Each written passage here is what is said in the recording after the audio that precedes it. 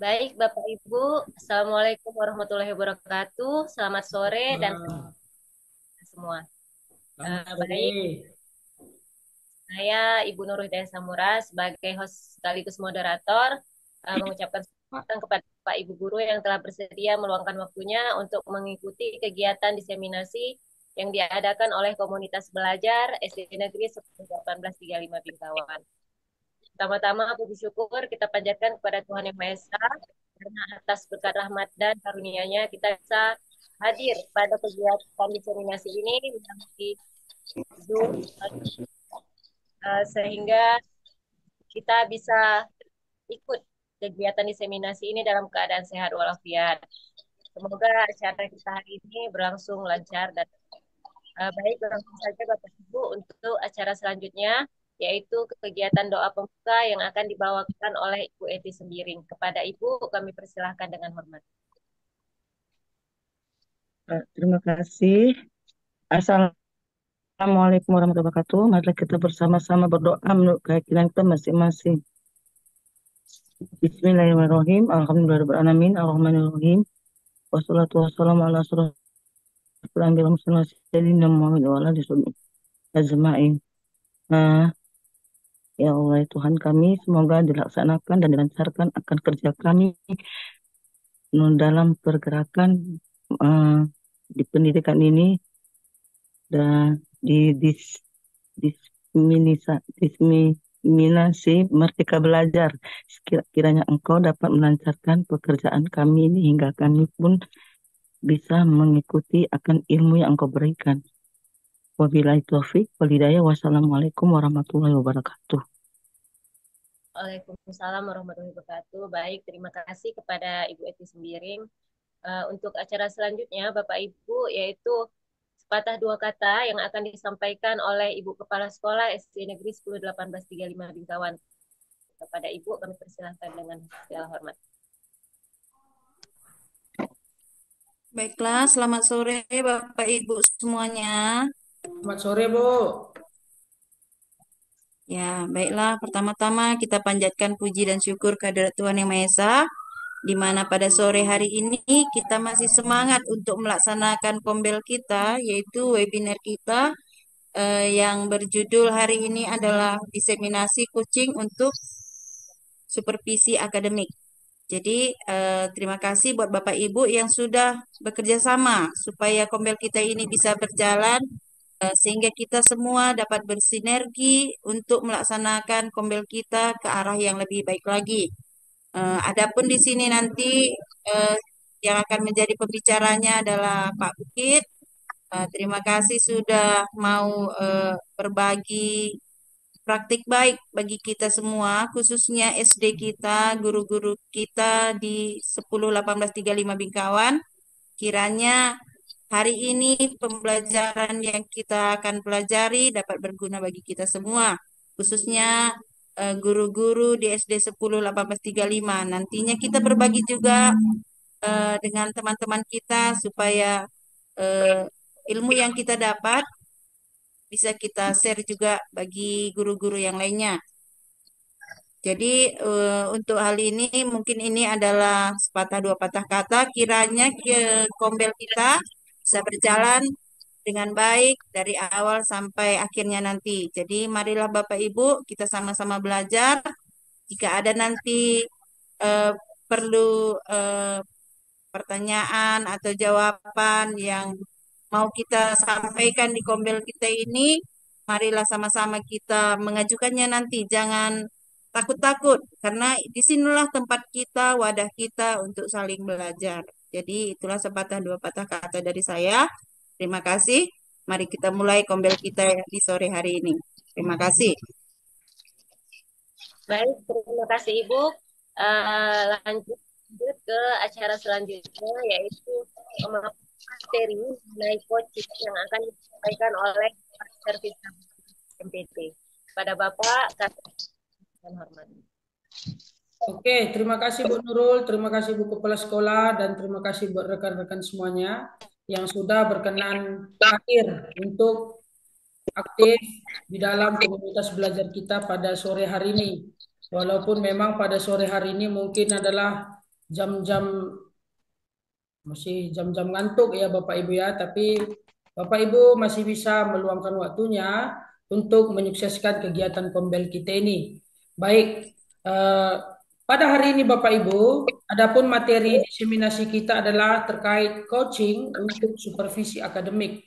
Mungkin hari ini kita menemukan judul yang baru ya, atau mungkin bagi rekan-rekan yang lain sudah juga pernah mendengarkan materi ini. Nah, terkait coaching ini Bapak Ibu akan kita kaitkan dalam pemanfaatannya dalam kegiatan supervisi akademik nantinya. Jadi dalam supervisi akademik biasanya itu seorang supervisor dalam hal ini kepala sekolah ataupun rekan guru akan mengobservasi kegiatan pembelajaran yang berlangsung di suatu kelas. Kita akan menemukan bagaimana proses pembelajaran. Nah, untuk melakukan supervisi akademik tersebut, kita membutuhkan satu paradigma pemikiran yang baru yang dinamakan dengan paradigma berpikir coaching. Nah, sebelumnya Bapak Ibu, apakah semua layar sudah terlihat dengan jelas? Sudah, Sudah, Sudah, Pak. Bu ya? Pak? Pak. Sudah. Ya, oke, baik. Coaching Nah, untuk coaching untuk supervisi akademik, kegiatan belajar bersama di Kombel Kopi 35. Ya, bagaimana kita berinteraksi hari ini Bapak Ibu? Tentunya kita harus hadir seutuhnya atau presence dan mindfulness. Nah, jadi saya minta juga waktu luang dari Bapak Ibu, kita ikuti sejenak video ini ya agar kita bisa mindfulness sejenak ya, mindfulness. Coba saya tampilkan ini.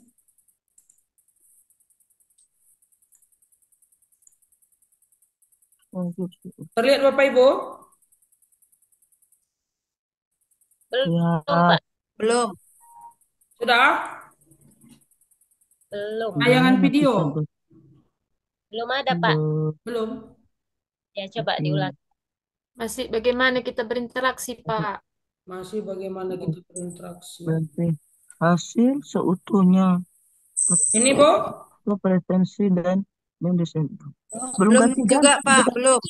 Belum Sini ya? belum. belum. Ya.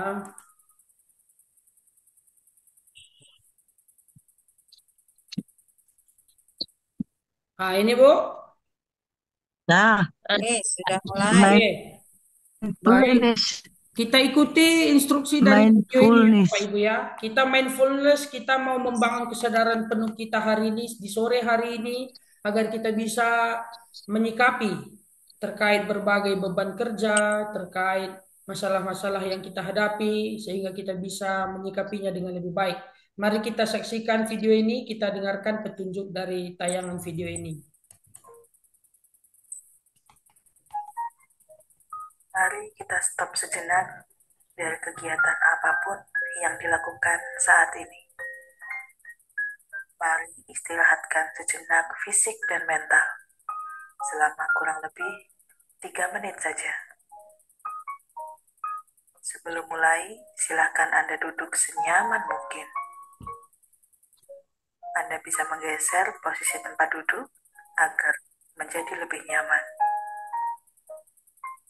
Cobalah untuk duduk tidak membungkuk, tetap tegak, tetapi kedua bahu rileks.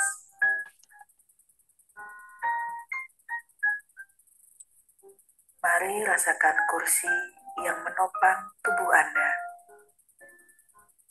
Rasakan kedua telapak kaki bertumpu pada lantai.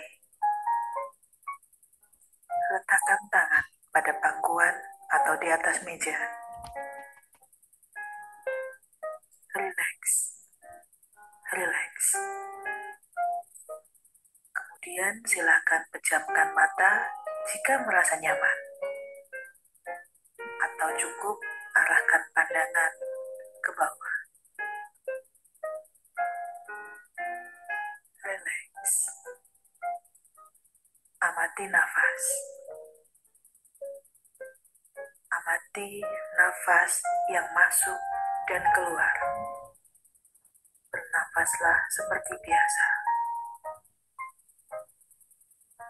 Saat bernafas, rasakan udara yang masuk dan keluar melalui hidung. Rasakan abdomen yang turun naik saat bernafas. Mari nafas lebih pelan, pelan, dan dalam. Rasakan perut mengembang dan mengepis saat bernafas. Sekarang kita akan bernafas dalam 4 hitungan dan menghembuskan dalam 4 hitungan pula. Mari kita mulai. Ambil nafas.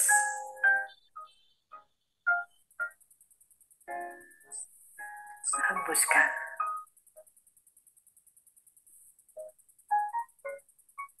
Ulangi lagi, ambil nafas dalam. Hembuskan.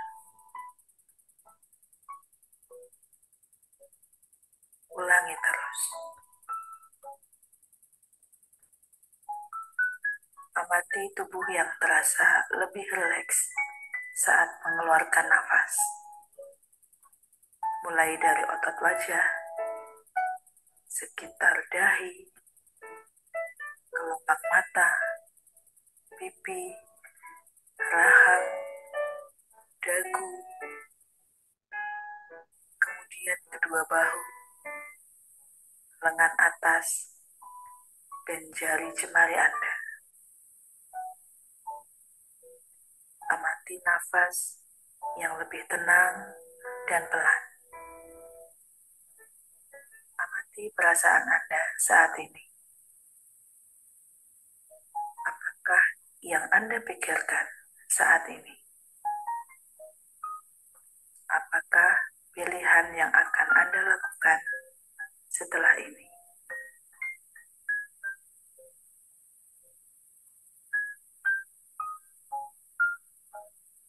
Silakan buka mata Anda perlahan. Untuk mengakhirinya, mari kita ambil nafas panjang sekali lagi dan hembuskan perlahan.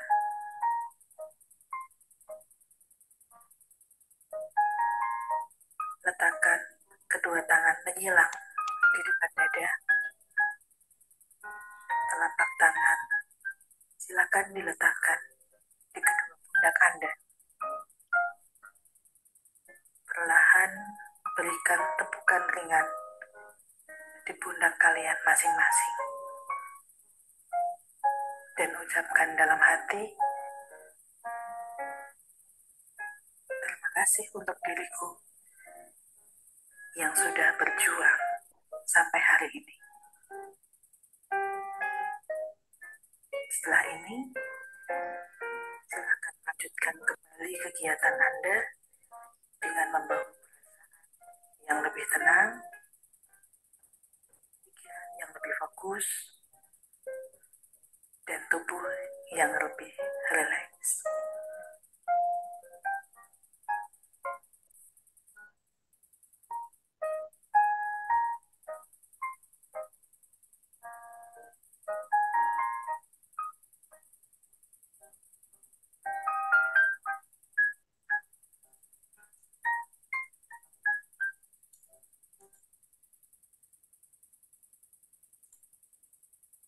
Baik, oke. Terima kasih ibu-ibu, bapak-bapak yang sudah bersedia melakukan Pasti, mindfulness Pak. sejenak ya. Kira-kira bagaimana Bu? Bagaimana Pak? Sudah mulai bisa lebih fokus? Ada Sudah yang mau rileks, cerita Pak. sedikit? Ah, Bu Wina, silakan cerita dikit lah. Cerita-cerita apa ini, Pak? Ceritakan tentang apa yang Anda pilih gitu. Ceritakan tentang mindfulness yang diikuti baru saja. Iya. Tadi ketika Bapak tadi mengarahkan kami untuk mengikuti instruksi dari video yang sudah ditayangkan, jadi tadi saya juga mengikuti dari awal sampai akhir. Nah, di situ saya merasakan bahwa eh, beban, bahwa letih, lesu yang saya rasakan dengan eh, dengan video ini tadi, jiwa raga membuat merasa rileks, gitulah ya Pak. Oke, luar biasa ya. Luar biasa Ibu Wina bisa merefleksikan ini terkait mindfulness yang diikuti barusan. Kira-kira siapa lagi yang kira-kira bersedia Bapak Ibu untuk menceritakan mindfulness yang diikuti barusan? Coba Bu Novita lah.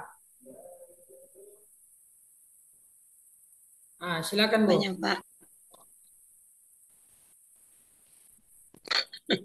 Ya, cerita sedikit Ya, Bu. saya mendapat rileks pada diri kita yang membuat pikiran dan hati kita sejenak merasa tenang. Itu aja, Pak.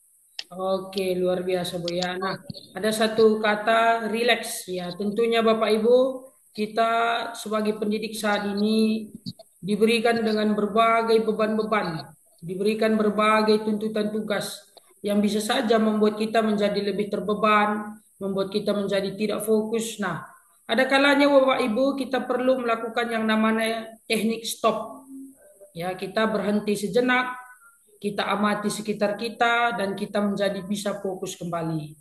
Kira-kira kalau ada beban Bapak Ibu, ada yang ingin dirilekskan, boleh mendengarkan musik-musik relaksasi. Ya, itu termasuk direkomendasikan Bapak Ibu buat kita ya, terutama Bapak Ibu guru kita sebagai pendidik saat ini yang diberikan dengan berbagai tuntutan tugas yang besar ya. Nah, jadi perlu kita merelaksasikan pikiran kita, tubuh kita ya. Maka mari itu kita berikanlah kesempatan bagi tubuh kita ini untuk relaksasi. Salah satu dengan cara teknik stop, yaitu dengan mendengarkan musik ya. Baik. Oke, terima kasih buat Bapak Ibu yang sudah bersedia menyampaikan ceritanya terkait mengikuti relaksasi. Nah, kali ini kita akan lanjut ke materi kita. Ini adalah pertemuan kesekian kalinya di Kombel kita. Masih bersama saya, Pak Bukit. Nanti bisa pada pertemuan Kombel berikutnya bergantian kita menjadi pemateri ya Bapak Ibu ya. Karena Kombel ini adalah milik kita bersama. Kita pematerinya, kita pesertanya, kita yang mengisi kegiatannya. Nah, mudah-mudahan nanti pada waktu yang akan mendatang kita bisa melaksanakan kembali webinar kita dengan mengundang guru-guru dalam skala atau jumlah yang lebih besar. Ya, baik. Tujuan kegiatan kita pada hari ini, Bapak Ibu, ya, secara umum kita yang pertama yaitu kita harus memiliki paradigma berpikir coaching dalam berkomunikasi dalam rangka mengembangkan kompetensi rekan sejawat. Nah, kita tidak akan terlepas terkait pengembangan kompetensi rekan sejawat. Jadi segala kegiatan kita di Kombel ini tujuannya, goalnya adalah menciptakan atau mengembangkan kompetensi rekan sejawat. Ya, yang kedua melakukan percakapan berbasis coaching dalam komunitas sekolah untuk mengembangkan kompetensi rekan sejawat. Nanti kita juga akan berlatih melakukan kegiatan coaching di sekolah. Kita akan buat nanti pasangan-pasangannya untuk melakukan coaching dengan alur tirta nantinya. Dan yang ketiga, kita akan melakukan supervisi akademik dengan paradigma berpikir coaching untuk mengembangkan kompetensi rekan sejawat. Dalam hal ini sudah ada contoh yang dilaksanakan kemarin bersama dengan Ibu Nurul. Nanti bisa kita saksikan tayangannya Bapak Ibu. Apa itu coaching? Nah, ini ya mungkin tidak asing katanya ya, kata coaching. Kalau lagu India ada juga kuci-kuci hotahe, ya kan? Nah, kali ini kita coaching ya. Coaching adalah membangun hubungan kemitraan dengan klien dalam suatu percakapan yang kreatif dan memicu pemikiran untuk memaksimalkan potensi pribadi dan profesional klien. Nah, jadi dalam kegiatan coaching ini Bapak Ibu, kita sebagai coach ya, kita yang melakukan kegiatan coaching ada 2 orang nanti di situ, coach dan kuci. Kuci orang yang memiliki kendala atau masalah, coach yang menjadi orang yang memacu atau memicu pemikiran dari coach untuk menemukan potensinya kembali. Ya. Nah, coaching dalam konteks pendidikan. Coaching menjadi salah satu proses menuntun belajar murid untuk mencapai kekuatan kodratnya. Ya, kita masih ingat ya, bahwa tujuan pendidikan menurut Ki Hajar Dewantara adalah menuntun kodrat murid sesuai dengan kodrat zaman dan kodrat alamnya. Ya, hal ini menunjukkan peran kita sebagai pamong Guru dapat memberikan tuntunan melalui pertanyaan-pertanyaan reflektif. Nah, ini Bapak Ibu, pertanyaan-pertanyaan reflektif yang akan kita ajukan nanti kepada kuci kita. Kuci ini bisa saja rekan sejawat, bisa saja murid, ya. Dan efektif agar kekuatan kodrat anak terpancar dari dirinya. Nah, pentingnya proses coaching untuk mengaktifasi kinerja otak murid. Dengan pertanyaan-pertanyaan reflektif dapat membuat murid melakukan metakognisi. Pertanyaan-pertanyaan dalam coaching juga membuat murid lebih berpikir secara kritis dan mendalam sehingga murid dapat menunjukkan potensinya. Jadi Bapak Ibu, kalau kita mau menunjukkan potensi murid kita perlu berpikir paradigma coaching. Ya, paradigma coaching. Nah, seorang guru yang bisa berpikir dengan paradigma coaching adalah seorang guru yang memiliki among mindset atau among mindset, ya. Berpikir among. Ya, berpikir among itu bagaimana sih? Coach dan kuci adalah mitra belajar emansipatif. Mitra belajar memberikan perspektif keselarasan dalam proses coaching untuk membuka ruang emansipatif bagi interaksi dan berdialog antara coach dan kuci. Untuk merefleksikan kebebasan relasi yang apresiatif sebagai mitra belajar, melatih mereka melalui kesepakatan dan pengakuan bersama. Cara berpikir ini Bapak Ibu akan membangun yang namanya berpikir paradigma coaching. Demikian pula yang emansipatif menciptakan keselarasan cara memberikan ruang bagi kuci untuk menemukan kekuatan dari dalam dirinya.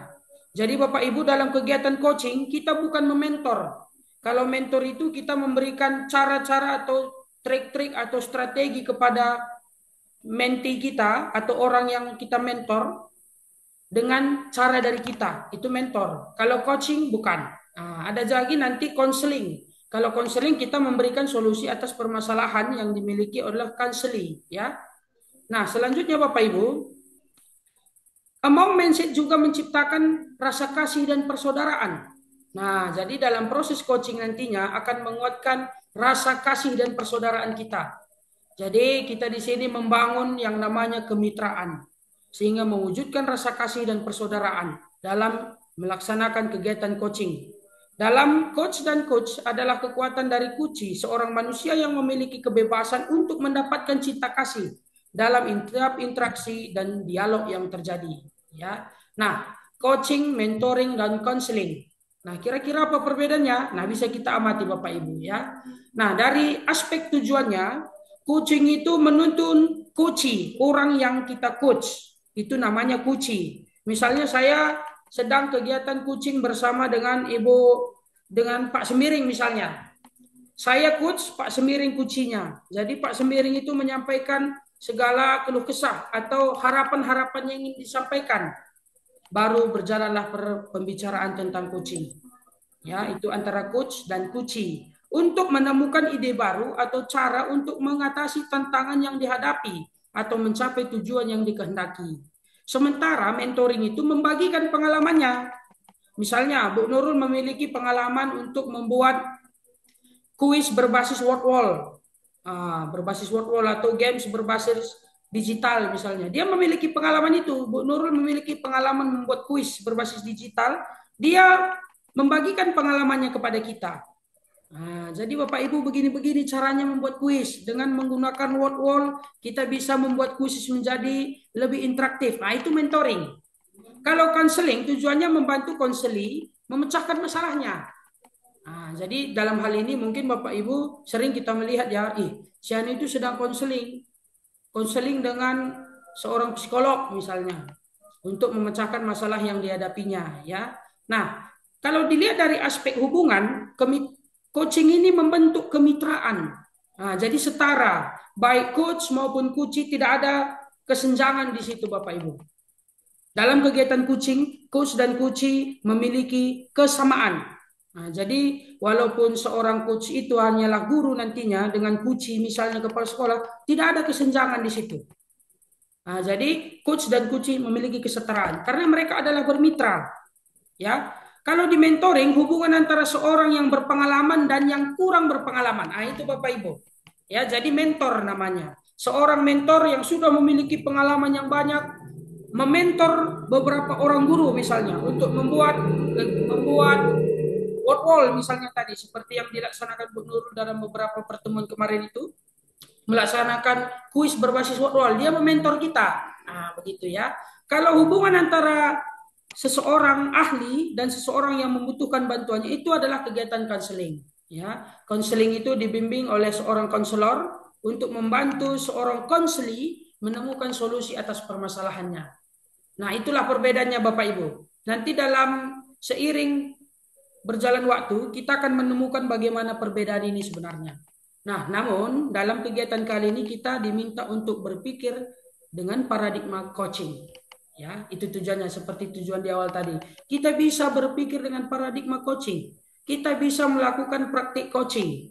Nah, kita juga bisa melaksanakan supervisi akademik dengan paradigma berpikir coaching. Ya, baik. Kira-kira Bu, ada yang mau ditanyakan terkait coaching ini dulu Bu?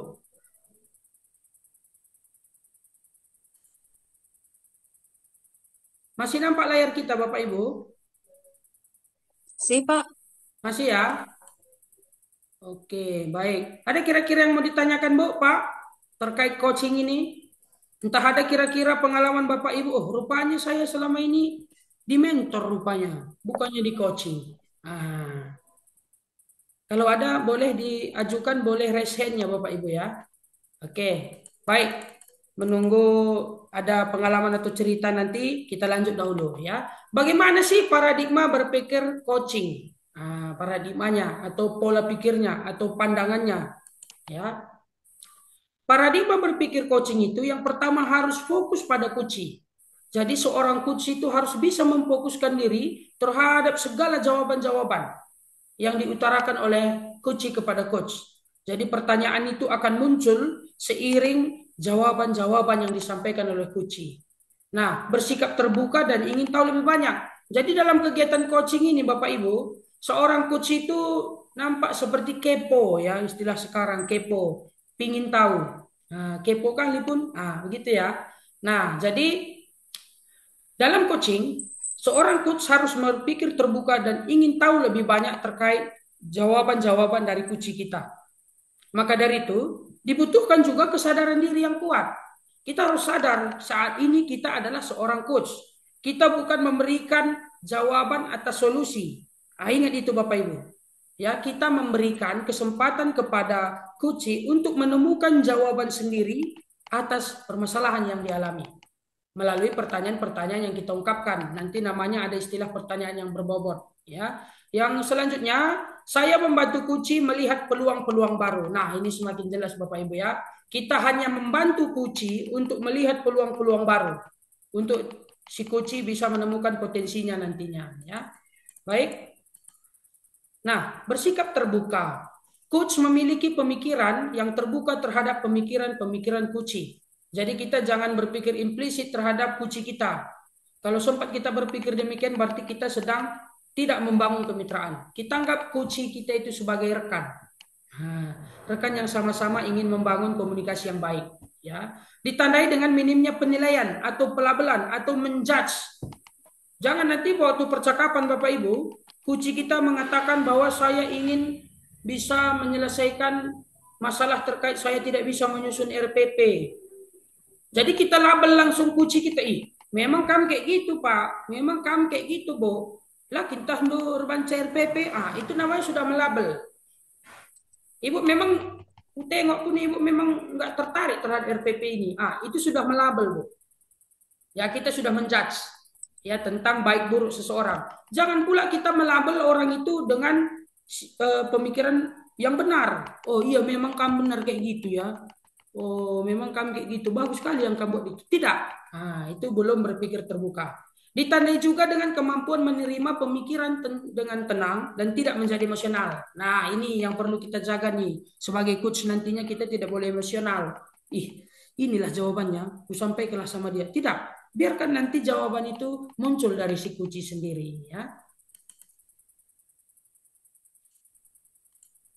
Bersikap ingin tahu lebih banyak atau curiosity atau sekarang istilahnya kepo ya.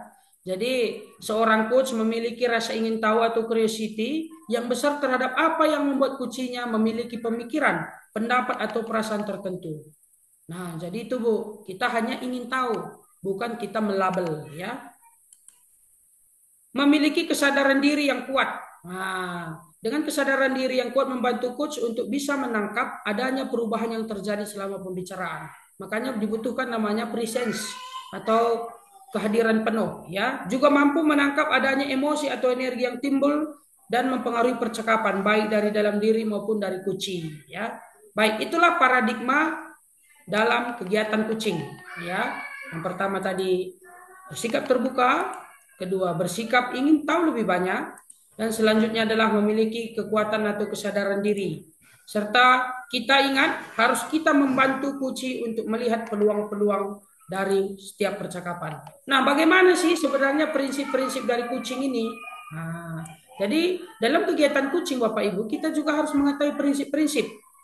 Tadi kita sudah mengetahui bagaimana paradigmanya. Kali ini kita mau mengetahui bagaimana prinsip-prinsipnya. Prinsip-prinsip coaching ada 3. Yang pertama adalah kemitraan. Ya, kemitraan ini Bapak Ibu. Karena terkadang ya kita untuk membangun kemitraan ini merasa kesulitan. Kenapa? Karena kita menganggap kita lebih oke terkadang. Terkadang kita menganggap orang lain itu kurang. Nah, dalam kegiatan coaching ini itu semua sama. Kita tidak ada yang oke, kita tidak ada yang kurang. Semua sama. Kita ingin menemukan potensi. Nah, itu ya, makanya dinamakan dengan prinsip coaching itu yang pertama adalah kemitraan. Ditandai oleh adanya tujuan percakapan yang telah disepakati. Idealnya tujuan datang dari coaching. Ya, percakapan kreatif. Nah, percakapan ini harus 2 arah. Jangan hanya 1 arah. Jangan nanti cuma si coach saja yang mengajukan pertanyaan-pertanyaan, tapi jawaban tidak ada dari si coach. Ya, percakapan dilakukan untuk menggali atau memetakan situasi coach. Ya, harus ya. Disinilah digali pemikiran kreatif seorang coach. Kita harus bisa memetakan nih. Jangan sampai nanti percakapan itu lari dari jalur yang sudah disepakati di awal. Ya, percakapan ditujukan untuk menghasilkan pemikiran atau ide-ide baru. Dan selanjutnya adalah memaksimalkan potensi. Percakapan harus ditutup dengan kesimpulan yang dinyatakan oleh coach. Yang jadi nanti di alur tirta itu Bapak Ibu namanya adalah tanggung jawab. Ya, percakapan menghasilkan rencana tindakan. Harus ya, harus dihasilkan rencana tindakan. Baik, itulah 3 prinsip coaching. Nah, apa saja kompetensi coach dalam kegiatan coaching? Ya, yang pertama presence atau kehadiran secara utuh. Jadi dalam kegiatan coaching nanti Bapak Ibu, kita bisa hadir penuh. Kita mendengarkan semua jawaban-jawaban dari coach kita di atas pertanyaan yang kita sampaikan. Kemampuan untuk hadir utuh bagi coach, badan, pikiran, hati harus selaras saat sedang melakukan percakapan dengan coach. Ini bagian dari kesadaran diri, sehingga membantu munculnya mindset atau pola pikir dengan kompetensi yang lain dan bersikap terbuka, bersikap sabar, dan rasa ingin tahu yang lebih banyak. Ya, mendengarkan aktif. Nah, ya kita harus mendengarkan aktif nih. Jangan nanti cerita menjawab si coach kita asik pula main handphone. Nah, kita harus mendengarkan aktif. Makanya dibutuhkan presence atau kehadiran utuh. Mendengarkan aktif adalah kemampuan untuk fokus pada apa yang dikatakan oleh lawan bicara dan memahami keseluruhan makna yang tidak terucapkan. Nah, nanti Bapak Ibu, pertanyaan-pertanyaan itu pun hadir berdasarkan kegiatan mendengarkan aktif. Ya. Baik, mengajukan pertanyaan berbobot. Nah, jadi kegiatan coaching tidak akan terlepas dengan yang adanya kemampuan bertanya. Kemampuan bertanya ini lahir dari mendengarkan. Ya, mendengarkan segala jawaban dari coach kita. Ya, berbentuk pertanyaan terbuka. Bagaimana itu pertanyaan terbuka? Ya, jawabannya bukan hanya ya atau tidak. Jadi jawabannya itu meminta si coach untuk mendeskripsikan, ya, membuat coach merenung, menggali, mengingat, mengaitkan dengan pengalaman yang dialami dan diajukan pada saat yang tepat. Bentuk pertanyaan terbuka itu menggunakan kata tanya apa, bagaimana, seberapa, ya, tapi tidak menggunakan kata kenapa atau mengapa. Nah, tidak meminta alasan. Ya, tidak menggunakan kata kenapa atau mengapa. Bukan pertanyaan tertutup menggunakan apakah, sudahkah, apa sudah, pertanyaan yang dijawab dengan ya atau tidak. Apakah kamu bisa, apakah Ibu pernah menulis RPP? Tidak. Bagaimana pengalaman Ibu menulis RPP? Begitu yang bagus. Boleh diceritakan pengalaman Ibu saat menulis RPP? Begitu ya. Itu pertanyaan yang terbuka. meminta jawaban deskripsi, ya, boleh juga menarasikan, ya. Nah, dalam kita mengajukan pertanyaan Bapak Ibu, terutama dalam prinsip terkait dengan kompetensi dari coach, yang pertama tadi presence, mendengarkan aktif, mengajukan pertanyaan berbobot, kita harus menerapkan yang namanya teknik rasa, ya, receive, ya. Teknik rasa ini terdiri dari receive, acknowledge, summarize, dan ask atau bertanya, ya. Bagaimana sih yang dinamakan dengan receive atau menerima? Menangkap kata kunci atau kata-kata yang diucapkan klien. Klien kita adalah kunci kita, ya. Baik, bagaimana ciri-ciri kata kunci? Diucapkan berulang-ulang. Saya memang mau menulis RPP ini, Pak. Karena saya merasa kegiatan menulis RPP ini sudah sangat penting. Jadi sudah berulang-ulang RPP, berarti kata kuncinya RPP, ya. Diucapkan dengan intonasi tertentu, berupa kata yang aneh atau metafora atau dianalogikan, ya, disesuaikan. Tertangkap ada emosi saat diucapkan, menggambarkan kondisi, perasaan, pemikiran dia saat diucapkan. Setelah tapi atau namun. Tapi menurut saya sih menulis RPP ini memang penting. Namun saya terbatas oleh referensi. Begitu dia, ya. Baik. Knowledge, beri tanda, memberi tanda atau sinyal bahwa kita mendengarkan dengan anggukan boleh, atau dengan kata oh, iya, iya, iya, iya. Itu, ya, sebagai tanda. Itu memberi tanda, ya. Memberikan perhatian penuh dengan kunci, tanda sibuk mencatat, tidak sibuk mencatat, tidak terganggu dengan situasi lain. Jadi selama kegiatan coaching Bapak Ibu, kita tidak boleh menelpon atau tidak boleh sambil membaca pula, ya. Kita harus fokus mendengarkan penyampaian dari kunci kita. Sebisa mungkin kita tatap matanya agar kita bisa membangun komunikasi yang lebih interaktif, ya. S. Sumaris atau merangkum.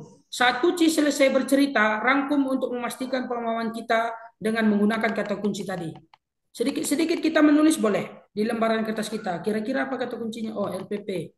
Oh, kurang referensi. Dicatat sedikit, Bu, Bapak, ya. Digunakan juga untuk merangkum potongan-potongan informasi yang telah didapat sebelum ini. Jika ada percakapan sebelumnya. Minta konfirmasi dari kunci apakah rangkuman tadi betul? Dari semua yang Ibu sampaikan, apakah memang betul Ibu mengalami kendala dalam dari semua yang Ibu sampaikan? Bagaimana dengan kendala? Memang kendalanya adalah membuat RPP tidak ada referensi? Boleh diceritakan? Seperti itu, ya. Rasa, aks atau tanya, ya. Yang terakhir, berdasarkan yang kita dengar dan hasil merangkum atau sumaris, ajukan pertanyaan yang membuat pemahaman kunci lebih dalam tentang situasinya. Pertanyaan harus merupakan hasil mendengarkan, mengandung penggalian atas kata kunci atau emosi yang sudah dikonfirmasi. Dalam format pertanyaan terbuka menggunakan kata tanya apa, bagaimana, seberapa, kapan, siapa, atau di mana. Jangan gunakan kata mengapa, apakah, sudahkah. Itu, ya. Ini terkait dengan kompetensi coaching tadi, Bu. Nah, melaksanakan kegiatan coaching, kita harus menggunakan yang namanya alur percakapan Tirta. Mungkin kalau kita dengar kata Tirta Bapak Ibu, kita ingat Tirta Nadi, ya kan? Air, gitu. Ya, kira-kira bagaimana sih itu Tirta, ya?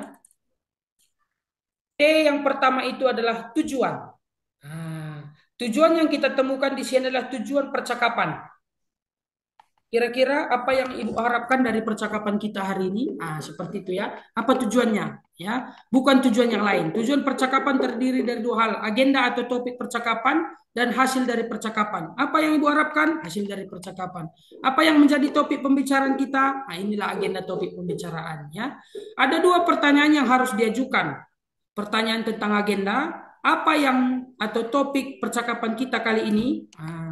Apa kira-kira, Bu, percakapan kita kali ini topiknya? Jadi dalam berbicara terkait coaching ini, Bapak Ibu, komunikasinya atau bahasanya kita rileks. Tidak mesti terlalu formal, ya. Kita bahasanya rileks. Boleh menggunakan kata kamu, ya, boleh menggunakan kamu, saya, aku, tidak masalah. Karena kita kan sedang menggali potensi kita, ya.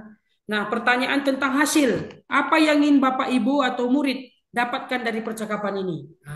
Ya. Apa yang mau didapatkan nih? Apa topik percakapan kita nih? Jadi dua hal itu, ya. Percakapan tentang agenda yang diungkapkan dalam pertanyaan dan pertanyaan tentang hasil ya. Itu T pertama, tujuan.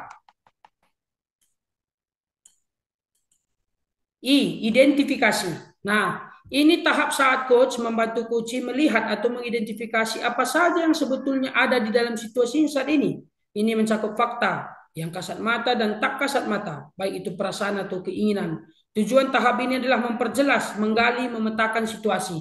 Nah, jadi kita mau mengidentifikasi nih. Misalnya tadi pertanyaan tujuan tadi, apa topik pembicaraan kita hari ini? Ini Pak, saya ingin komunikasi dengan Bapak nih. Saya ada kendala nih dalam menyusun modul ajar misalnya. Oke, berarti topik kita adalah modul ajar. Apa yang ingin Bapak atau Ibu harapkan dari percakapan kita? Saya berharap saya bisa nih menemukan solusi atas kendala yang saya hadapi dalam menyusun modul ajar. Nah, sudah dua, itulah tujuan. Mengidentifikasinya bagaimana? Bisa kita ajukan beberapa pertanyaan. Situasi sekarang bagaimana? Ya, situasi sekarang saya memang untuk RPP ini masih saya download saja dari internet, Pak. Saya edit namanya. Nah, seperti itu. Kira-kira apa yang mempengaruhi hal itu, Bu? Kebutuhan, karena butuh cepat RPP selesai. Yang diinginkan seperti apa sih idealnya? Ya, saya ingin idealnya ya RPP saya itu adalah hasil pemikiran saya sendiri dari awal hingga akhir, mulai dari penyusunan tujuan, kegiatan pembelajaran dan evaluasi saya sendiri sih. Nah, untuk bisa mewujudkan itu, bagaimana solusi dari Bu? Nah, itu mengidentifikasi ya. Baik, rencana aksi. Nah, R. T tadi tujuan, I adalah identifikasi, R adalah rencana aksi. Tahap ini adalah tahap mengeksplorasi gagasan, kemungkinan dari rencana. Kira-kira apa rencana Ibu atau solusi dari Ibu yang ingin Ibu munculkan bagaimana untuk menuliskan atau menyusun modul ajar yang baik? Ah, begitu ya. Ya, ada gagasan untuk Ibu untuk menyusun modul ajar? Apa yang harus dipersiapkan? Memastikan hal itu berjalan. Apa kira-kira kriteria dari keberhasilan kegiatan ini? Dan apa yang diinginkan dari kegiatan ini? Nah, itulah rencana aksi ya. Jadi nanti di rencana aksi inilah Bapak Ibu muncul gagasan dari si kunci. Nah, disinilah sebenarnya mulai tanda-tanda solusi itu terjadi. Karena coach memperoleh brainstorming atau bertukar pikiran terkait suatu masalah. Ya. Selanjutnya adalah tanggung jawab. T yang pertama tadi tujuan, I identifikasi, R adalah rencana aksi, T adalah tanggung jawab. Di tahap ini tugas coach adalah mengkukuhkan komitmen kunci untuk meminta kunci membangun struktur akuntabilitasnya atau tanggung jawabnya. Meminta kunci untuk menyimpulkan. Jangan coach yang menyimpulkan. Coach mungkin perlu mencatat komitmen dalam bentuk action. Apa sih pertanyaannya? Nah, ini ya. Pertanyaannya, jadi apa yang akan dilakukan setelah sesi ini? Dari rencana aksi yang disampaikan, kira-kira kapan bisa dilaksanakan? Kira-kira siapa yang perlu membantu Ibu agar mengingatkan rencana itu bisa terwujud? Untuk memastikan berjalan, siapa saja yang bisa dimintai dukungan? Ah, begitu ya. Atau bisa juga dengan pertanyaan tertutup, apa yang bisa disimpulkan dari sesi ini? Ah, itu pertanyaan dari kunci ya. Apa yang menjadi insight atau penemuan hal baru dari sesi ini? Ah, ya. Itu dia Bapak Ibu. Nah, Bapak Ibu terkira sebelum kita lanjut ke materi berikutnya itu supervisi akademik dengan prinsip coaching. Kira-kira ada yang mau ditanyakan, Bu? Pak? Ah, Bu Lidwina gambarnya Bu Elda ya. Oh, baru masuk. Oh, baru nampak saya. Nah, oke. Baik, kira-kira ada yang mau ditanyakan Bapak Ibu terkait coaching ini? Boleh diketikkan ya kan? Kalau ada yang mau ditanyakan boleh juga diketikkan di kolom chat. Ya. Pak Sembiring ada pertanyaan? Belum. Iya, oke ya. Tak terasa juga sudah 1 jam saya ngomong ini. Oke, masih ada satu lagi materi kita Pak, yaitu supervisi akademik. Nah, terkait nanti contoh-contoh kegiatan coaching, nanti akan saya bagikan link YouTube-nya di grup WA kita ya Bapak Ibu ya, biar kita bisa lihat bagaimana sebenarnya coaching. Jadi sebenarnya coaching ini adalah kesempatan bagi guru untuk menemukan solusi atas permasalahannya. Boleh saya coba ya, saya coba nih untuk secara spontan nih bagaimana kegiatan coaching itu gambarannya. Siapa kira-kira yang bisa menjadi klien saya sebagai coaching? dari Bapak Ibu?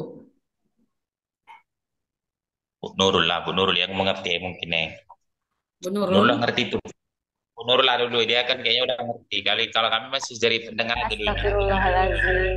Kita buat praktek sederhananya saja dulu. Nanti boleh kita laksanakan di sekolah ya. Karena nanti Bapak Ibu, materi tentang kucing ini ada juga di PMN. Sebagai aksi nyata kita bisa juga nanti. Ya. Oke, kira-kira siapa yang berkenan Bapak Ibu? Bu Lidwina boleh, Bu Lidwina. Bu Litwina. Ya. Gimana Bu Wina?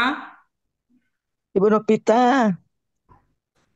Oh, Bu Nupita pun boleh. Bu Kepala pun boleh. Ayo. Kalau tidak sama. Coba saya jadi coachnya dulu biar kita nampak nih bagaimana sebenarnya kucing itu ya kan. Coba kira-kira yang bersedia menjadi kucinya atau kliennya nih.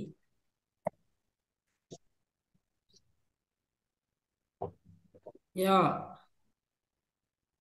Pilih acak aja, Pak. pilih acak ya. Bolehlah saya tunjuk aja. eh, Ibu kepala ini ya. Itu. Coba bolehlah izin Ibu Kepala saja ya.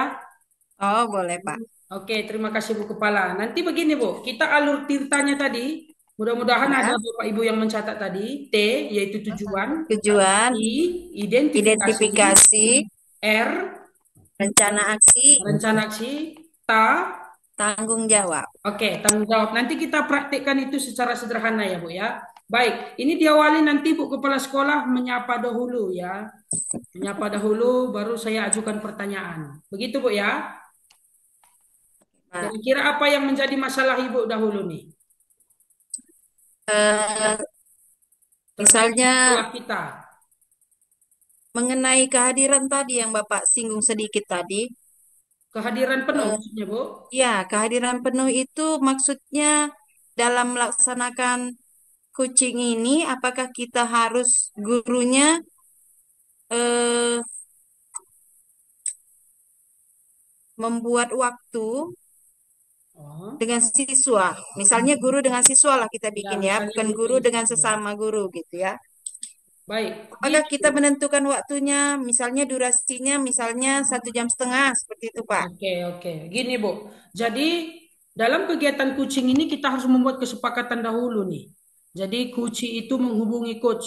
Misalnya lah, Ibu Kepala Sekolah mengabari ke saya misalnya sebagai coachnya, Pak, boleh nih meminta waktunya. Saya ingin diskusi terkait ada masalah di sekolah yang saya hadapi. Kira-kira ada Bapak waktu luang? Oke, fix ada waktu. Kita tetapkan waktunya misalnya. Nah, kehadiran penuh di sini yang dimaksud, Bu. Dua orang itu hadir penuh. Jangan pula nanti, oh permisi sebentar Bu ya, saya mau kamar mandi. Tidak, hadir penuh. Jadi kita memang sudah menyiapkan waktu kita untuk coaching ini. Oke. Di situ maksudnya hadir penuh. Ya, jadi untuk kegiatan coaching Bapak Ibu tidak mesti lama. 15 menit saya sudah selesai. 15 menit saya sudah selesai. Nanti kita hanya meminta komitmen dari si Kuci untuk melaksanakan coaching ini dari solusi yang sudah dia temukan nantinya ya. Baik, coba kita praktekkan Bu ya. Oke, silakan Ibu Kepala Sekolah. Mari kita sama-sama menyimak Bapak Ibu terkait kegiatan coaching ini.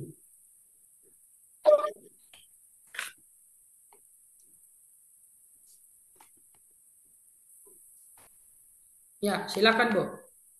Menyapa saja dulu, entah selamat sore gitu. Iya, nanti karena Selamat tadi sore, kita Bapak juga Ibu. bisa ya. Selamat Ini sore. berarti saya sekarang eh, coachingnya ya, Pak? Atau Bukan. bagaimana? Ibu sebagai kuci. Ibu Oh, sebagai kuci, saya sebagai coachnya. Ini percakapan berarti kita berdua, begitu. berarti saya bisa mengajukan beberapa pertanyaan seperti itu ya, Pak? Bukan, kalau kuci dia, Bu, dia menjawab pertanyaan. Coach yang mengajukan pertanyaan. Nah, Jadi pertanyaan yang harus saya jawab apa nih, Pak? nanti kan saya sampaikan, Bu. Belum Oke. disampaikan. Baik, Nanti baik, saya Pak. sampaikan. Berarti Begitu saya dia. harus mulai gitu ya, Pak? Iya, mulai dari sapa saja dulu, menyapa gitu aja. Halo, selamat sore Pak Bukit. Ya, selamat sore Bu Nova. Apa Eh, kabar, Bu? Baik, Bapak apa kabar? Kabar baik, Bu. Puji Tuhan, kabar baik. Ini apa nih Eh, yang mau kita bicarakan hari ini, Bu? Begini Pak, eh, saya mau bertanya mengenai eh, apa yang harus alternatif yang kita lakukan di sekolah supaya pembelajaran di dalam kelas itu bisa mencapai tujuan yang diinginkan, Pak. Oke, nah sedikit dulu Bu. Nanti di dalam kegiatan kuci atau klien tidak mengajukan pertanyaan. Tadi kan saya sudah ajukan sama Ibu. Bu, apa kira-kira ini yang mau kita bicarakan hari ini? Ah, begini Pak, saya ini melihat di sekolah sudah mulailah ada beberapa kendala ini. Guru-guru kita menghadapi masalah dalam pembelajaran, sulit mencapai tujuan pembelajaran. Itu yang ingin saya komunikasikan dengan Bapak. Begitu dia, Bu. Oke. Nah, Boleh terus diulang berarti ya, Pak? ulang, Bu, ulang, Bu. Selamat sore, Pak Bukit. Selamat sore, Bu. Ya, apa kabarnya hari ini, Pak? Ya, kabar sehat, Bu. Ibu, apa kabar? Puji Tuhan, baik, Pak. Iya, oke. Ya, ini Ibu, apa nih yang mau kita bicarakan sore ini, Bu ya? Nah, tadi sebelumnya Ibu sudah menyampaikan, menanyakan kesediaan waktu saya nih. Apa kira-kira yang mau kita bicarakan hari ini, Bu? Begini, Pak. Belakangan ini saya perhatikan mungkin di sekolah kita ada masalah yang belum tertuntaskan seperti itu, Pak. Jadi, bagaimana kira-kira jalan yang harus kita ambil supaya eh, Bapak dan Ibu guru kita di sekolah bisa tepat waktu, Pak, dalam proses belajar mengajar di kelas seperti itu, Pak. Apakah Baik, ada yang mesti kita sampaikan atau cara-cara apa yang mesti kita buat supaya Bapak dan Ibu guru kita ini bisa termotivasi untuk melaksanakan tugasnya di sekolah kita, Pak. oke. Kira-kira Berarti apa yang bisa, Pak? ada kendala yang Ibu temukan di sekolah kita ini terkait masalah disiplinan waktu, Bu ya. Baik, Ya, kira-kira Bu, benar. dari percakapan kita sore ini, apa yang Ibu harapkan dari percakapan kita ini? Yang saya harapkan seperti Tirta tadi, Pak, yang sudah Bapak bahas tadi mengenai Tirta, yaitu T, I, R, dan Ta. Di mana T itu adalah tujuannya, terus kita harus mengidentifikasi, Pak, apa sebenarnya eh, yang membuat guru-guru kita seperti itu, Pak. Masalah apa Oh, yang buat mereka tidak bisa menepati waktu, Pak? baik. Berarti dari percakapan kita ini, Ibu berharap kita bisa nih mengidentifikasi ya apa yang menjadi penyebab terkait masalah waktu ataupun kedisiplinan dari guru-guru di sekolah kita ya. Oke, baik Bu. Eh, dari pengamatan Ibu ya, bagaimana sebenarnya perasaan Ibu melihat masalah tersebut? Kalau perasaan saya, Pak, melihat masalah tersebut agak miris ya, Pak. Ya, Karena sebagai guru kita mempunyai fungsi dan tanggung jawab, Pak. ya. Jadi bagaimana siswanya bisa datang tepat waktu jika gurunya juga tidak ada di dalam kelas? Seperti itu kira-kira. Karena guru itu adalah eh, seorang yang digugu dan ditiru. Baik, Jadi siswa kita pasti meniru apa yang dicontohkan oleh bapak dan ibu gurunya. Seperti itu kira-kira, Pak. baik. Menurut Ibu nih, ya menurut Ibu, kira-kira kriteria seorang guru yang sudah melaksanakan tupoksi itu seperti apa? Guru yang sudah melaksanakan tupoksi itu adalah dia tahu apa tugas dan fungsinya, Pak. Khususnya di sekolah, sesuai dengan peraturan yang sudah kita buat di dalam visi dan misi sekolah kita, Pak. Oke, berarti sudah melaksanakan visi dan misi ya. Oke, ada lagi kira-kira tupoksi yang menurut Ibu melekat pada diri seorang guru? Ya, karena guru itu memang wajibnya dicontoh, Pak. Jadi mereka sudah memiliki disiplin waktu, mereka sudah tahu jadwalnya seperti itu. Jadi sudah tahu pengaturan waktu, baik itu di dalam kelas, kapan pelajarannya juga semua. Jadi dia sudah tahu mengkondisikannya, Pak. Seperti itu kira-kira. Oke, baik Bu. Melihat situasi yang Ibu alami di sekolah kita, kira-kira adakah solusi dari Ibu terkait masalah ini? Mungkin kita perlu membuat satu identifikasi, Pak. Kita melihat latar belakangnya, apa yang melatar belakangi seorang guru itu sehingga tidak bisa disiplin dalam waktu, Pak. Misalnya jaraknya mungkin, ada pekerjaan mungkin sebelum berangkat ke sekolah, atau mungkin kendala di dalam kesehatan, seperti itu kira-kira, Pak. Baik. Jadi mungkin kita membuat satu pendekatan seperti itu ya, Pak, menurut saya. Melakukan pendekatan, Bu ya. Nah, Ya. jadi Ibu menyatakan melakukan pendekatan. Kira-kira pendekatan yang bagaimana yang Ibu maksudkan dalam hal ini? Pendekatan yang saya maksudkan mungkin kita memanggil guru tersebut, kita bertanya mengapa kira-kira ibu tersebut atau bapak tersebut sering tidak disiplin dalam waktu.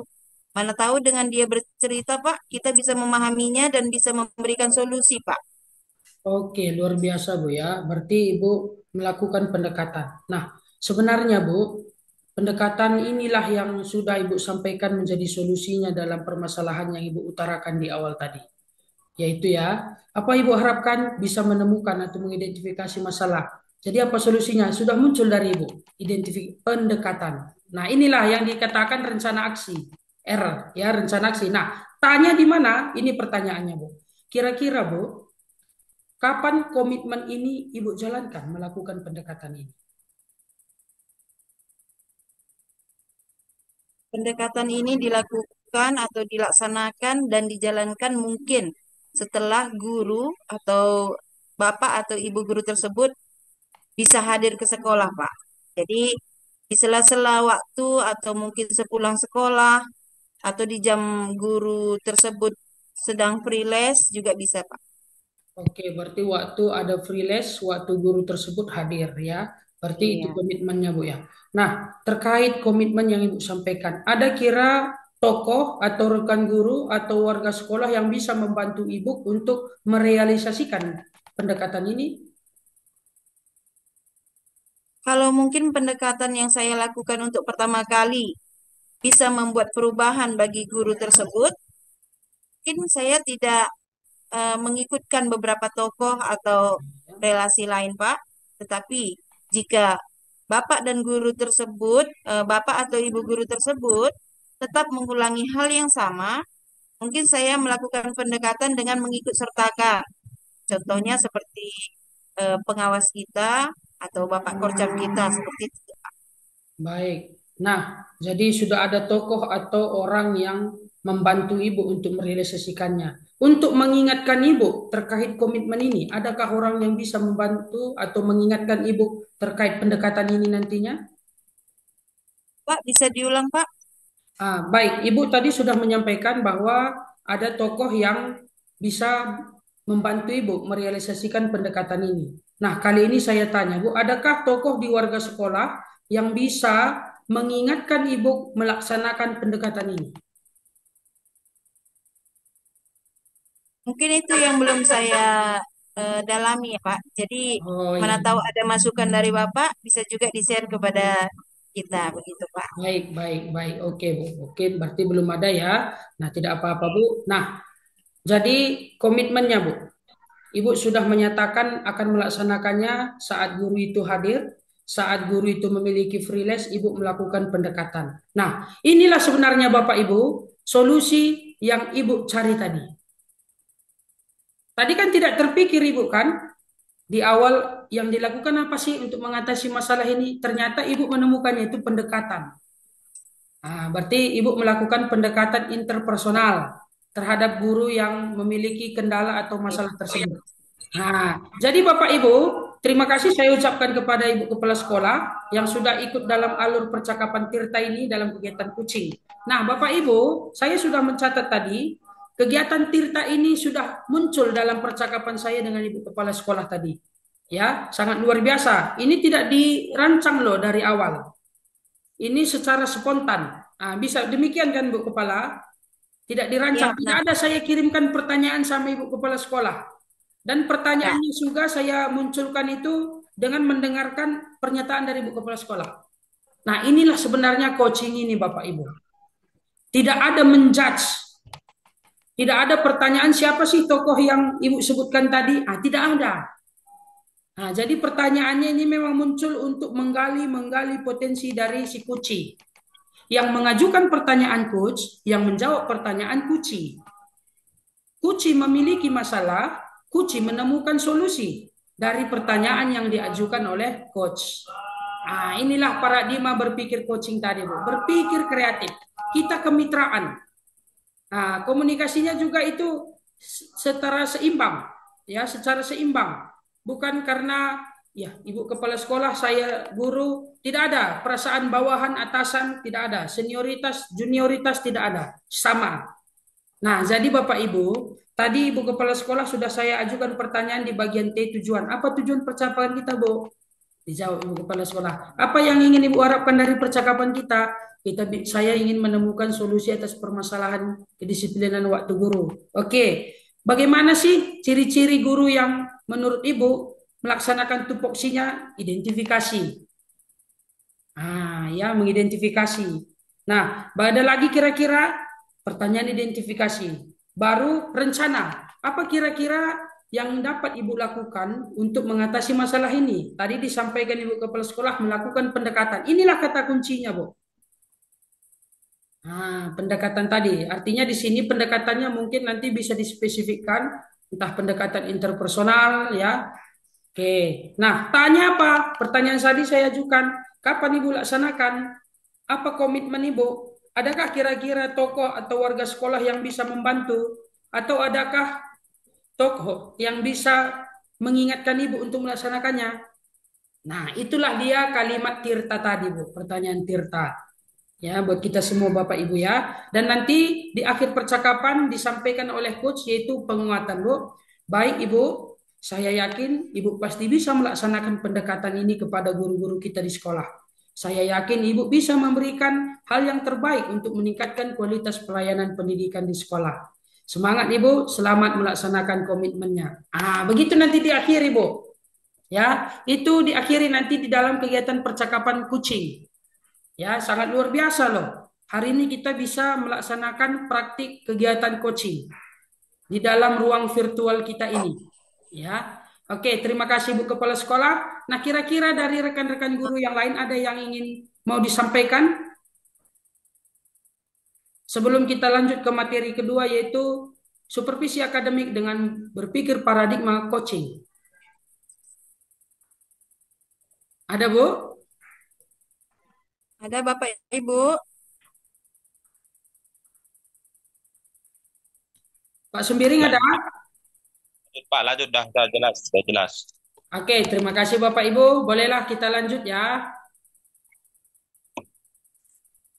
Oke, sudah terlihat slide-nya, Bu, Pak?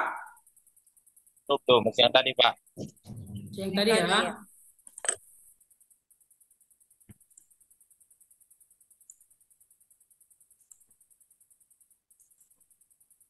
Oke, sudah terlihat, Bu, Pak? Masih yang tadi, Pak. Masih Tirta. Ini? Juga, ya, udah. Supervisi akademik? Sudah. Oke, baik. Terima kasih Bapak Ibu buat kesediaan waktunya, masih tetap bisa fokus ya untuk sampai ke materi yang kedua ini, yaitu supervisi akademik dengan prinsip coaching. Ya. Baik. Peraturan Pemerintah Republik Indonesia Nomor 57 Tahun 2001 tentang standar pendidikan bahwa dalam rangka meningkatkan kualitas proses pembelajaran, penilaian proses pembelajaran selain dilaksanakan oleh pendidik sebagaimana dimaksud dalam pasal 13 dapat dilaksanakan oleh sesama pendidik, Bapak Ibu. Ya, jadi kegiatan supervisi akademik yang selama ini kita ketahui datang pengawas, datang kepala sekolah mengobservasi kelas kita, itu namanya supervisi akademik, Bapak Ibu. Datang kepala sekolah kita masuk ke kelas, melakukan observasi terhadap proses pembelajaran kita yang seyogianya di kegiatan kinerja di periode 1 lalu, Bu. Seyogianya Ibu kepala sekolah itu memang hadir di kelas. Ya, seyogianya hadir. Nah, kali ini nanti kita harapkan di periode kedua ini kegiatan observasi ini lebih maksimal lagi ya Ibu Kepala ya. Dengan memungkinkan kehadiran oleh kepala sekolah atau sesama pendidik di kelas untuk melakukan observasi. Nah, yang mengobservasi kali ini berdasarkan PP nomor 57 tahun 2001 bahwa sesama pendidik bisa, kepala satuan pendidikan bisa, atau bahkan peserta didik kita, Bu, mengobservasi pembelajaran kita. Seperti yang kami lakukan bersama Ibu Nurul dalam observasi hari Senin lalu ya, Bu Nurul ya. Saya sebagai rekan pendidik mengobservasi pembelajaran yang dilaksanakan oleh Ibu Nurul. Nah, ini sudah sesuai dengan PP nomor 57 tahun 2001 ya, pada pasal 13.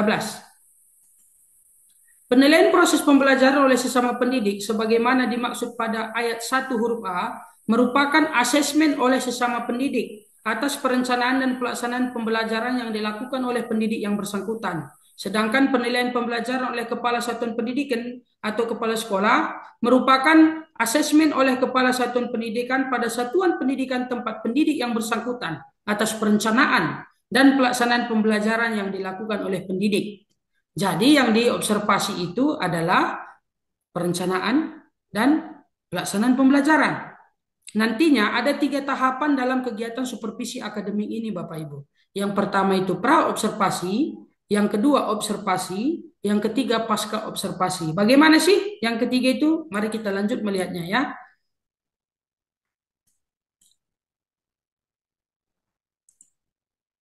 Baik.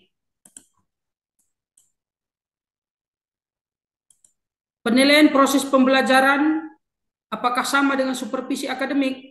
Nah, selama ini Bapak Ibu kalau datang pengawas sekolah lah ke kelas kita, bagaimana perasaan kita? Deg-degan. Deg-degan, Bu ya? Ada yang lain, Bu, Pak? Kalau datang pengawas sekolah ke kelas kita? Pengawas dari mana sekarang, Pak?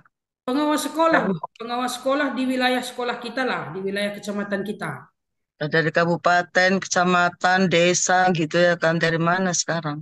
Yang dinamakan dengan pengawas sekolah itu, Bu, pengawas sekolah yang ditugaskan oleh Dinas Pendidikan di kecamatan masing-masing. Jadi pengawas sekolah itu bertugas di wilayah kecamatan. Saya nggak deg-degan, Pak. Ibu tidak Biasa deg-degan? saja. Tidak? Tidak ya. Kalau Bu Nurul tadi deg-degan, kira-kira kenapa itu Bu Nurul? Ataukah seperti lagu Karo debet-debet kidu? Makin dekat makin debet-debet gitu. Kira-kira gimana Bu Nurul? Ada yang mau diceritakan? Karena Bu Nurul kurus kali ya. Halo Bu Nurul. Jawab.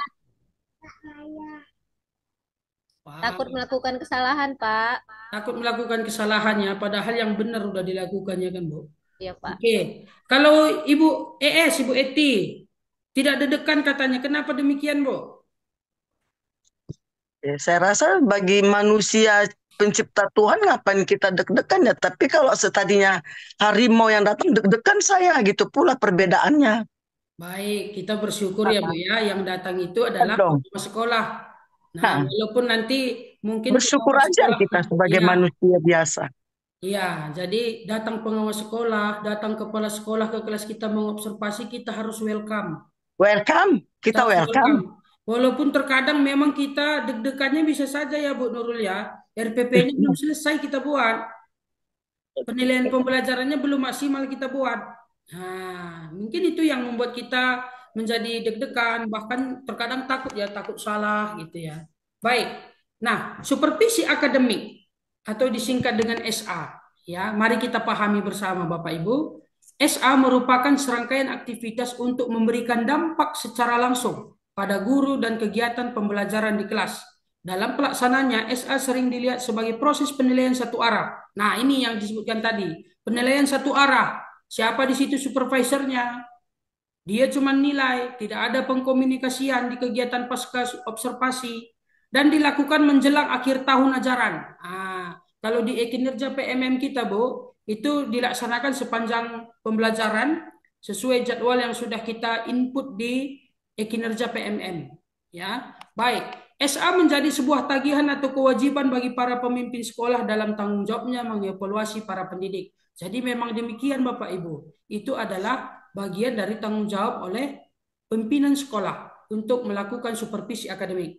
Namun perlu diingat, tidak serta-merta hanya kepala sekolah yang melakukan supervisi akademik, boleh ya rekan sejawat, boleh murid kita. Bahkan sekarang Bapak Ibu, pengawas tidak lagi memiliki kesempatan melakukan supervisi akademik di kelas kita. Ya, sudah ada peraturannya itu terkait pengawas tidak lagi melakukan supervisi akademik di kelas kita. Namun, pengawas bisa melakukan kegiatan coaching bersama kita. Seperti yang disampaikan Ibu Kepala Sekolah tadi kan, melakukan pendekatan mungkin dibantu oleh pengawas sekolah. Itu bisa, tapi bukan kegiatan supervisi akademik. Ya. Baik, dengan paradigma berpikir coaching, supervisi akademik perlu dilihat sebagai kegiatan berkelanjutan yang meningkatkan kompetensi guru. Jadi bukan hanya menjudge guru, kami kurang RPP, kami lah ngelaksanakan penilaian pembelajaran, kata pengawas. Dulu ya, kalau sekarang tidak. Nah, pengawas itu hadir melihat, mencatat semua serangkaian pembelajaran kita selama mengobservasi, baru di pasca observasi dia akan memberikan penguatan kepada kita. Seorang supervisor pasti akan memberikan penguatan, bukan hanya menjudge, ya. Oke.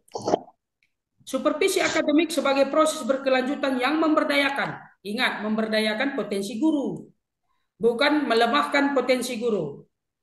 Ya, ingat nanti di supervisi akademik itu tidak ada melemahkan potensi guru, tidak ada mengatakan, ibu baiknya begini, baiknya tadi ibu melakukan ini. Alangkah baiknya ibu menambahkan begini, menambahkan apresiasi kepada murid. Nah, seperti itu ya. Itu namanya memberdayakan potensi ya. Baik. Fokus pengembangan kompetensi seorang pendidik, yaitu mendesain pembelajaran yang berpihak pada murid, yang berdampak pada pengembangan sekolah sebagai komunitas praktik pembelajaran. Mari kita ingat Bapak Ibu, sekolah kita adalah komunitas praktik pembelajaran. Maka dari itu, ya kita harus menciptakan pembelajaran yang berpihak pada murid sesuai dengan kebutuhan belajarnya. Mungkin nanti pada pertemuan kombel kita berikutnya akan kita bahas nih bagaimana sebenarnya pembelajaran yang berpihak pada murid. Yang artinya berpihak pada murid di sini adalah memenuhi kebutuhan belajar murid, baik dari kesiapan belajarnya, baik dari minat belajarnya, baik dari profil belajar murid atau gaya belajar murid. Nanti akan kita bahas pada pertemuan kombel kita berikutnya yang nanti mungkin akan kita desain dalam pembelajaran berdiferensiasi. Ya akan kita desain nanti pada pertemuan berikutnya, termasuk untuk membuat RPP-nya ya Bu ya. Baik, tujuan pelaksanaan supervisi akademik di sekolah. Yang pertama itu pertumbuhan, untuk menumbuhkan setiap individu melihat sebagai bagian dari pengembangan atau performa sekolah. Ya, pengawasan sarana dalam monitoring, memonitoring, memantau saja. Ya. Baik, 3 tahapan supervisi akademik. Yang pertama perencanaan, yang dimana di sini yang perlu dibicarakan adalah merumuskan tujuan, memilih pendekatan, teknik dan model, menetapkan jadwal dan mempersiapkan ragam instrumen, termasuk di sini strategi belajar, media pembelajaran, ya menceritakan terkait RPP-nya. Nah, pelaksanaan nanti yaitu kegiatan observasi, keterlibatan guru dalam kegiatan-kegiatan sekolah, observasi kelas atau supervisi klinis. Tindak lanjut yaitu pasca observasi nanti Bapak Ibu, perencanaan pengembangan diri dan pengembangan proses pembelajaran ya. Baik, inilah dia rangkaiannya. Ini yang saya tarik dengan mouse ini adalah bagian dari pasca observasi. Ini mengobservasi, ini memberikan kegiatan pasca observasi, diskusi akhir ya. Baik, pra-observasi, observasi, dan pasca observasi. Ya, kita lanjut ke pra-observasi. Di sini supervisor menyampaikan tujuan besar supervisi dan tujuan dari percakapan awal. Guru menyampaikan rencana pelaksanaan pembelajaran dan menginformasikan aspek perkembangan yang hendak diobservasi. Nah, supervisor dan guru menyepakati sasaran observasi, waktu kunjungan, dan hal lainnya yang menginformasikan tentang kegiatan pembelajaran. Contoh pertanyaannya, Bapak Ibu ingin saya membantu mengembangkan kompetensi yang mana? Nah, misalnya area apa yang ingin dikembangkan? Area kognitif, area afektif, psikomotor, ya.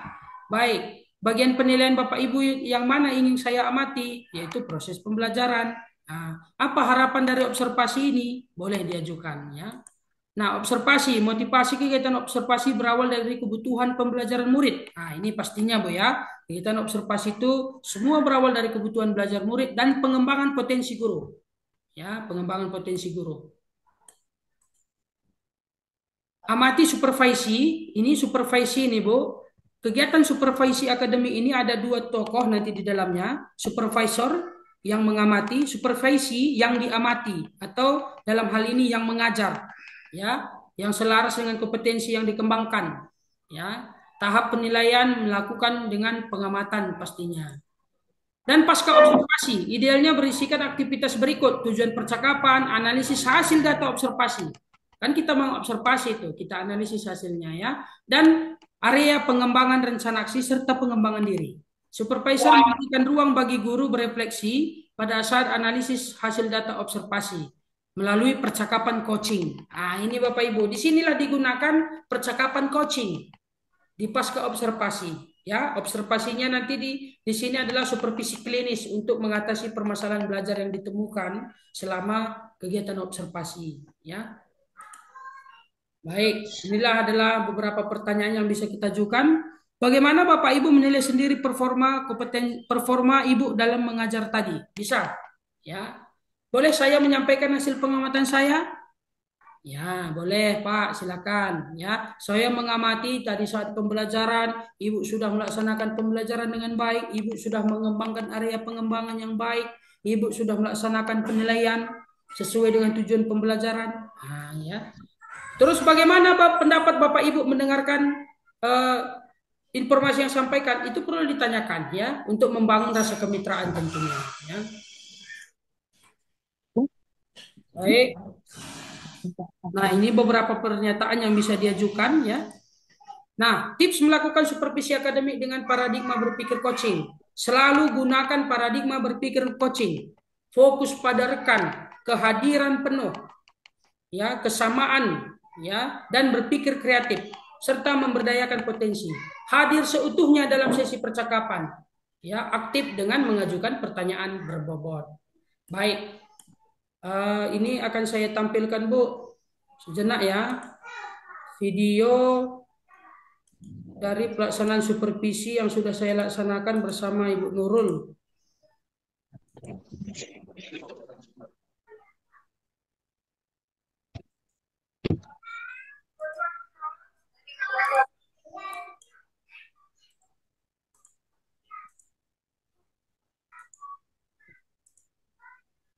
Oke, terlihat, Bu?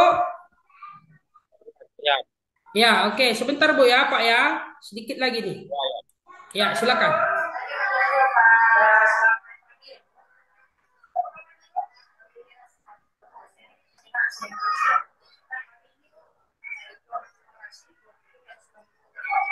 Apa suaranya, Pak? Suaranya nggak ada, Pak. Oh, udah dengar. Sikit. Riu lagi lah, riu ulang.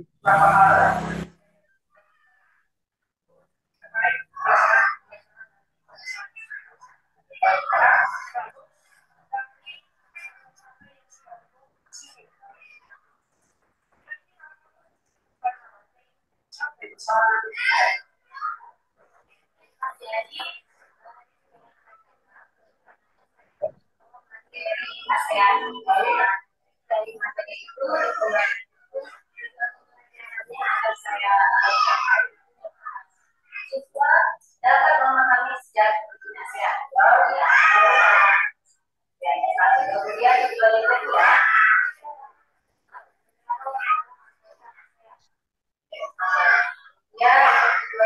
Yaitu siswa karakteristik geografis dan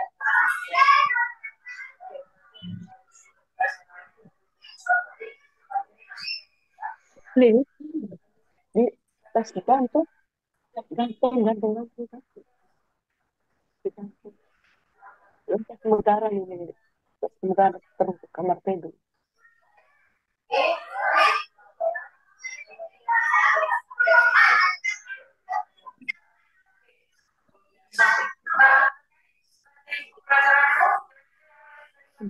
Peta, peta dia.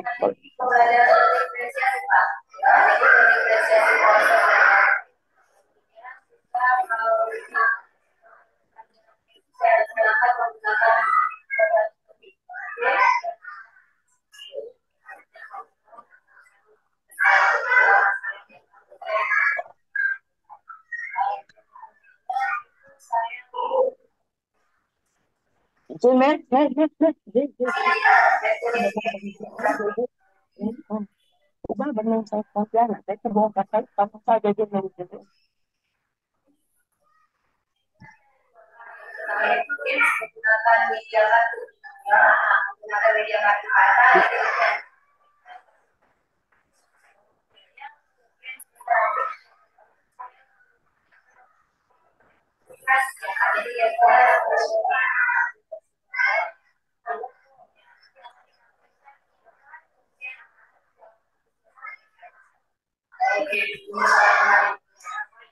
jadi Anda apa saja bersyarat kalau medianya ada audio visual itu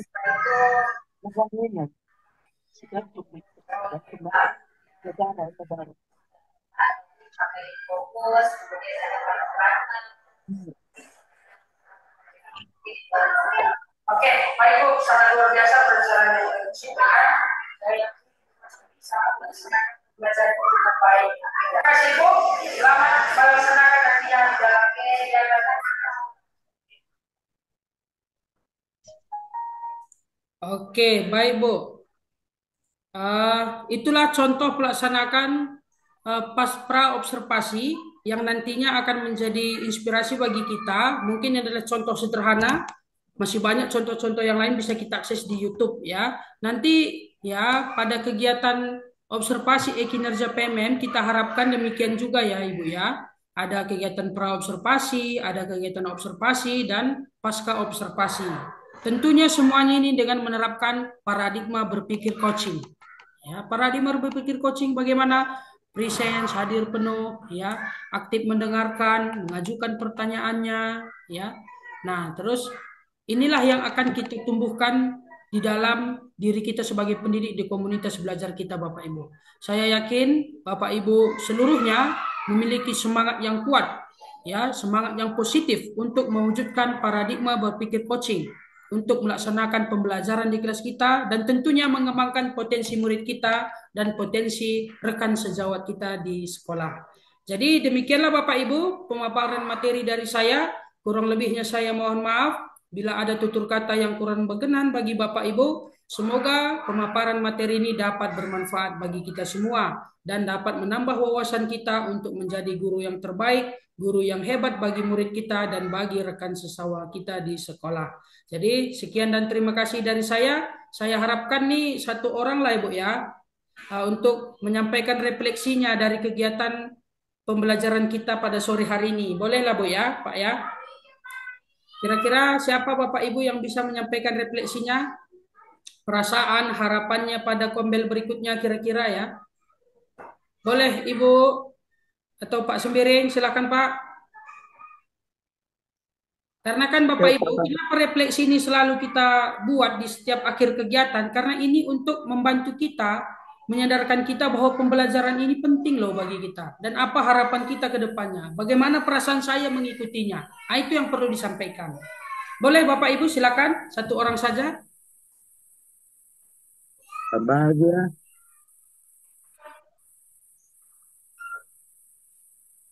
Boleh, silakan Ibu Lisna ya, silakan Bu.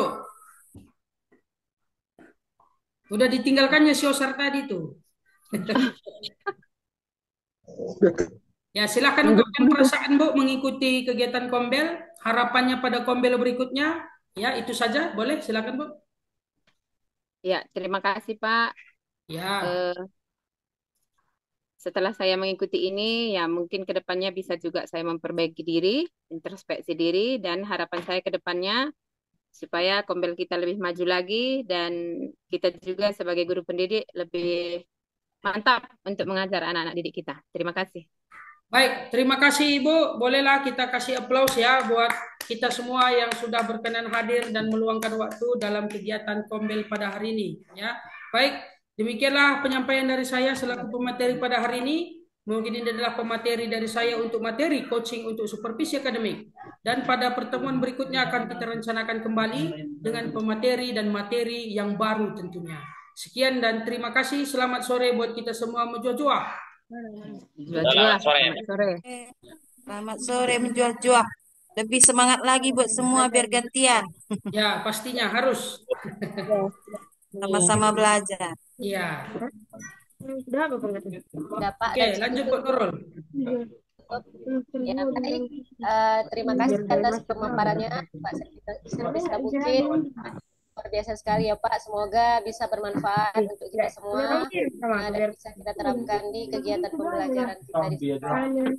Baik Bapak Ibu, dengan berakhirnya pemaparan materi tadi, maka berakhir pula kegiatan kita sore hari ini. Wabillahi taufiq wal hidayah. Wassalamualaikum warahmatullahi wabarakatuh. Selamat sore dan salam sejahtera bagi kita semua.